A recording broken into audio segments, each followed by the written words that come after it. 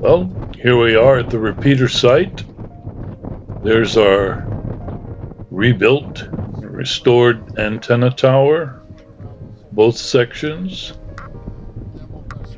And here's what we've been using for the past couple of weeks while we waited for it to be rebuilt. There's the new base. It's mounted on top of the old base, so this thing is very, very heavy. And there's our trusty trustee driving this behemoth. This huge fork is going to be used to A, move this tower around so that we can put the two pieces together, and B, make it take it vertical so that we can place it on the mount that's up the hill about 30 feet from where it's being put together. So they're tying the top piece to the bottom, using some caulking in between the sections to make sure that we don't repeat what has happened before, and that is water getting into the sections and creating a rust pocket or rust area.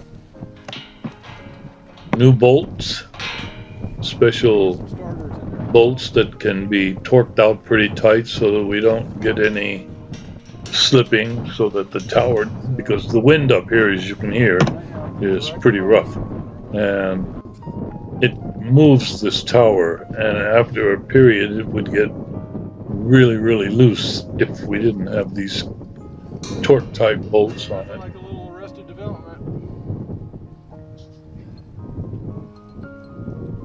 These guys have pretty much thought this through to the last degree, because there's so many things they're doing that most of us wouldn't think about doing. So thank you to them for all the work they've done to get this tower back up. With real sockets.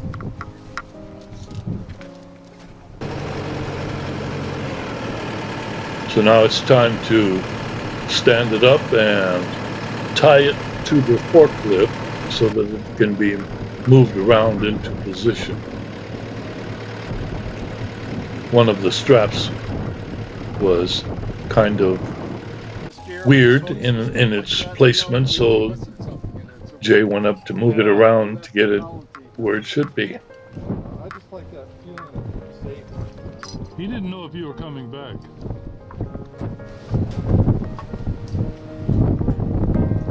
See it yet.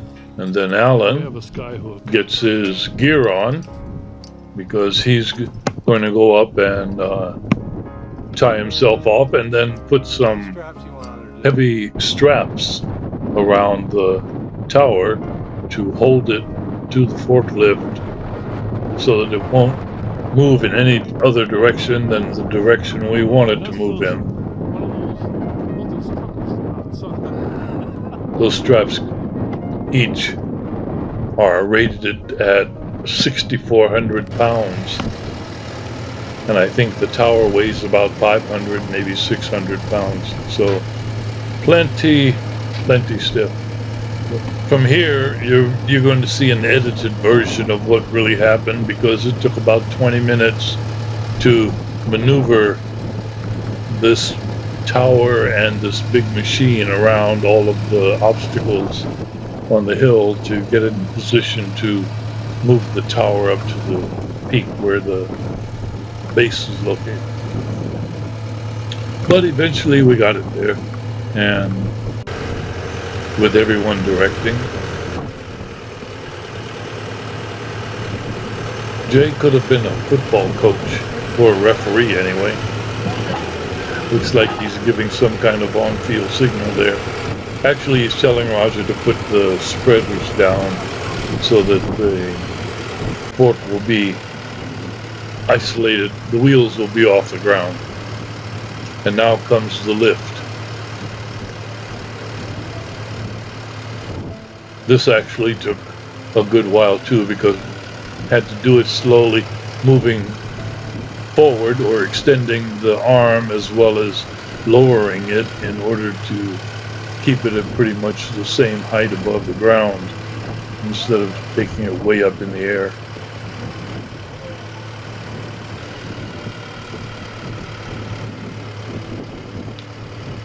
Once they get it up to the top, they have a couple of 4x4s that the tower will rest on so that they can make the final adjustment to make sure that it comes down over all the bolt holes.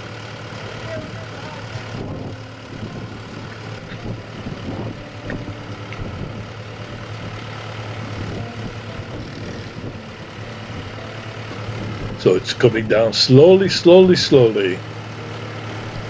It's almost like watching some NASA video where they're trying to do something on the space station in ultra slow motion.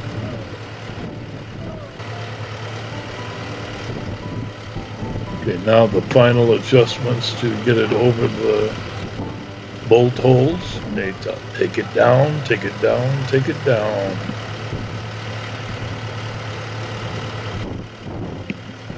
The Eagle has landed.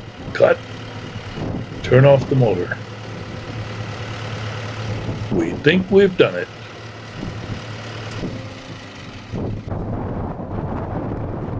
Now Jay comes down after Alan goes up and takes off the straps. Jay is going to put the bolts, well, put the nuts on the bolts on the mount here, and that will pretty much tie it up, wrap it up.